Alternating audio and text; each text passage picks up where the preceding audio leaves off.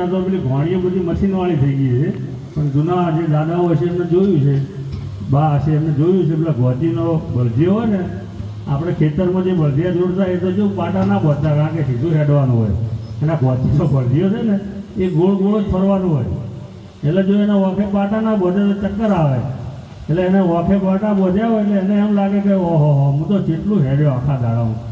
એટલે ના કીધું કે કાશીએ જવાના કોળ, એને તો એમ કે ઓહો ઠેઠ કાશી પહોંચ્યું. તો આપણી દશા એ જ છે ને, તમે ગમે એટલું મજૂરી કરો મથો પણ છેવટે ત્યાંના પાછળ સરવાળે.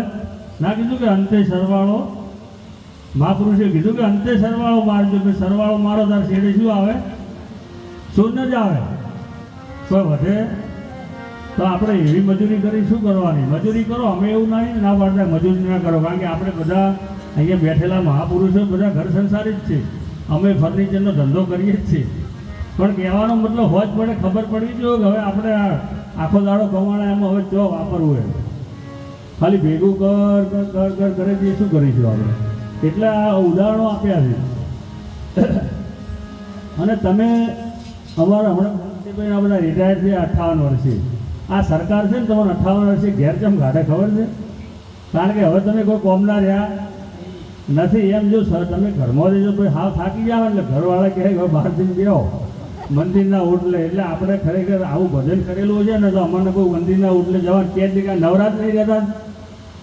આપણે શું કરવા એવું કહે કે ભાઈ મંદિરના ઓટલે જાઓ.